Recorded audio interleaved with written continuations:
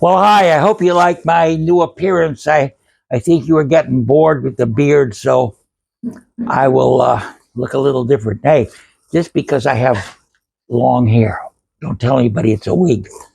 Just because I have long hair, that doesn't mean I say I'm a woman. I mean, I'm still a guy, right? Okay, well, anyway, getting to my topic. This is a topic. Uh, stupid, life changing decisions that many of us make. Obviously, you shouldn't make these stupid life decisions.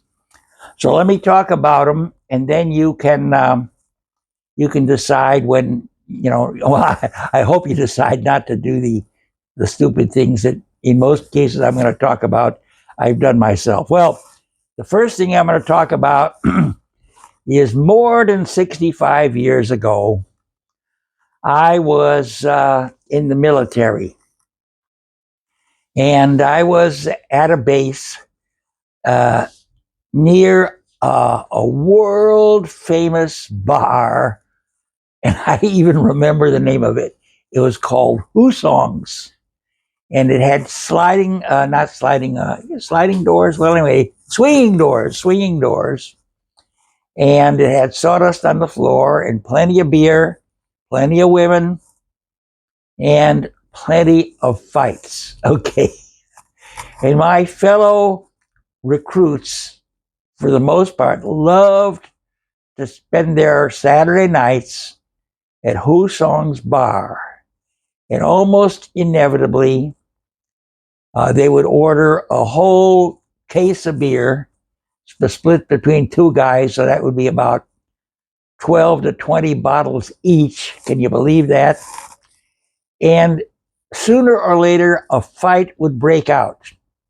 It was either a fight between military, Army guys, and Marines, or we didn't have any sailors in that area, or the local Mexicans usually were fighting over a girl. But it didn't matter. The people who came to Husong's loved to fight, and they loved to drink and get drunk. But I was, in those days, not entirely stupid, but smart enough so that I would have one beer, and when the fight started, I would discreetly move through those swinging doors and be off. I would I would wait outside. Now, why did I not get into fights? Well, mainly because the risk reward ratio just wasn't there. I might lose an ear, as some of my friends did. I might lose an eye, as some of my friends did. I might get a stab wound and have to spend a little unpleasant time in the hospital, which some of my friends did. But so what? You get in a fight, and what does it prove? That you survived a fight in a Mexican bar. Well, terrific. Okay, so if you're rational, you don't get into fights. Certainly not physical fights. Now, luckily, nobody got shot in those days. People just didn't carry guns, but certainly they carried baseball bats and clubs and knives. So, whenever there's a risk of a physical confrontation, you don't have to show how brave you are. Make a swift exit and watch from a distance. And if somebody says that, hey, what are you looking at? Or anything that seems like they want to start a fight, be very polite and say, oh, I was just admiring your tie, sir, and disappear. Don't wait for a further conversation. Okay, so that was an important life decision if you want to have two eyes. Now, the second thing that a lot of people do is they have an addiction. Okay, now what's an addiction? It's something that you can't say no to. What is it often? Well, in my case, it's food, but or pretty women. But those are addictions. Well, even they're addictions, and you should stay away from an absolute need to follow through. But the more common addictions are booze and drugs. Now, I'm not one of those guys that will crusade against marijuana because as a young guy, I used to smoke a lot of marijuana. All right, it was nice. It gets you to sleep, it makes time go slower. Uh, you feel at peace with the world. It's nice. And I was friends with a guy who's dead now. He was something of a celebrity. He brought Zen Buddhism to the North American continent from England, where he hailed from. And his name was Alan Watts. And I was kind of a fan of his. We met, strangely enough, because we had the same girlfriend. Wow, strange. Her name was Margot. I think she's still alive. Hi, Margot, if you're still alive and still watching this.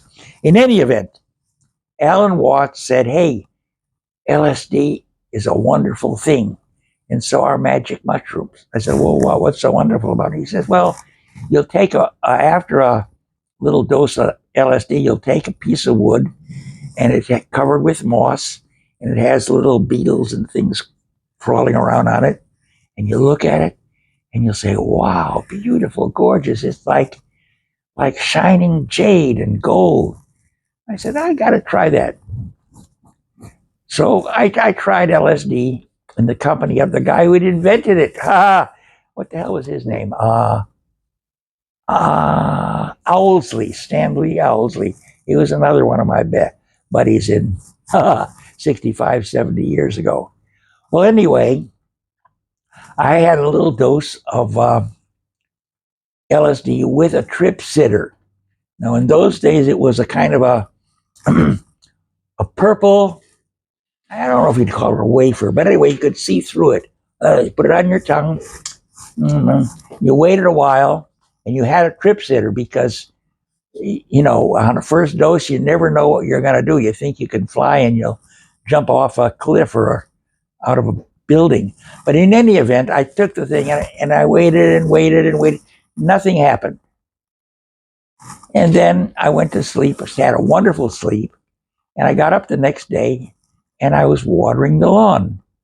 And I looked at the hose, and not water was coming, little pearls and little diamonds. Oh, I never had such a good time. Ooh. See, the hair goes with the story. In any event, the I enjoyed LSD a few times, but I knew that if I had it all the time, I would be, I'd probably want more and more. So I was very careful that, maybe once a month I would have it. And after a few experiences, I knew what it was like. And as I said, I didn't want to get addicted. I didn't get addicted. And you have to have something of a strong personality to say to yourself, I'll try something once and not get addicted. Now, I would never have experimented at all with heroin. Ooh, heroin is terrible. But I had a plantar wart on my toe once. And I went to a doctor, and he said, oh, you're about to have a great experience. And I said, what's that? He says, well, you're going to have, I don't know what drug he gave me, but it was the equivalent of heroin. And I said, well, I'm not sure I want it. He said, if I take this plantar wart out without a suitable anesthetic, you will have the worst pain you've ever had. Well, he took the wart out. It was a little painful, but not bad. But here's what happened. The room started going around like I was in a washing machine or something. It was a terrible experience. So I said to myself, I'll never try anything remotely resembling a heroin because I sure didn't like it. Okay, don't get addicted. No booze. I should say, outside of a very short experiment to try it out. But don't get addicted to any drug or booze. By the way, the guy who invented LSD, Stanley Owlsley, he said to me once, hey, I'm normal. I take this stuff every day. You won't believe this. But I was invited over to Stanley's house. And he said, "Hey, I got a very unique bedroom." I said, "Okay." I knew he wasn't going to seduce me because I'm not into that sort of thing, and neither was he. And he shows me like a sarcophagus, that the Egyptians used to get buried in. It was the shape of a sarcophagus. And he said, "Hey, this is where I sleep. It's made of lead." And I said, "Yeah, is it comfortable?" He said, "Yeah, there's a mattress inside the sarcophagus." I said, "Well, what are you sleeping there?" He said, "Well," he said, that the outer beings from outer space are always invading the earth, and they're deflected by my sarcophagus, so I like to sleep in that." Well, anyway, that's what happens when you take too much LSD. Okay, boy, oh boy, I'm going to have to go quickly because here I wasted too much time. All right, what else shouldn't you do? Well, don't get married. I already covered that in another topic. Uh, if you're engaged for about 35 years and you really know the woman, and you after 35 years you either trust them or you don't, and it's okay to get married. 35-year engagement. Okay, next. uh, don't join the military uh, if you're in a country that's about to go to war or is in a war, because guess what, you probably would get shot or killed or lose your BALLS. Okay, I think you shouldn't go into the military, but I'm going to end here and start a whole new video about my experience in the military. So I'll see you tomorrow if you have nothing better to do, and we'll talk about my my experience in the military. Okay, I hope you liked this video. It took a lot of work to put it together, so I want you to like it, subscribe, tell your friends about it, share, and comment. I love your comments, and I'll answer every single one of them. And beside that, I'll see you tomorrow because I'm going to have another exciting video for you. Boy, is it going to be good.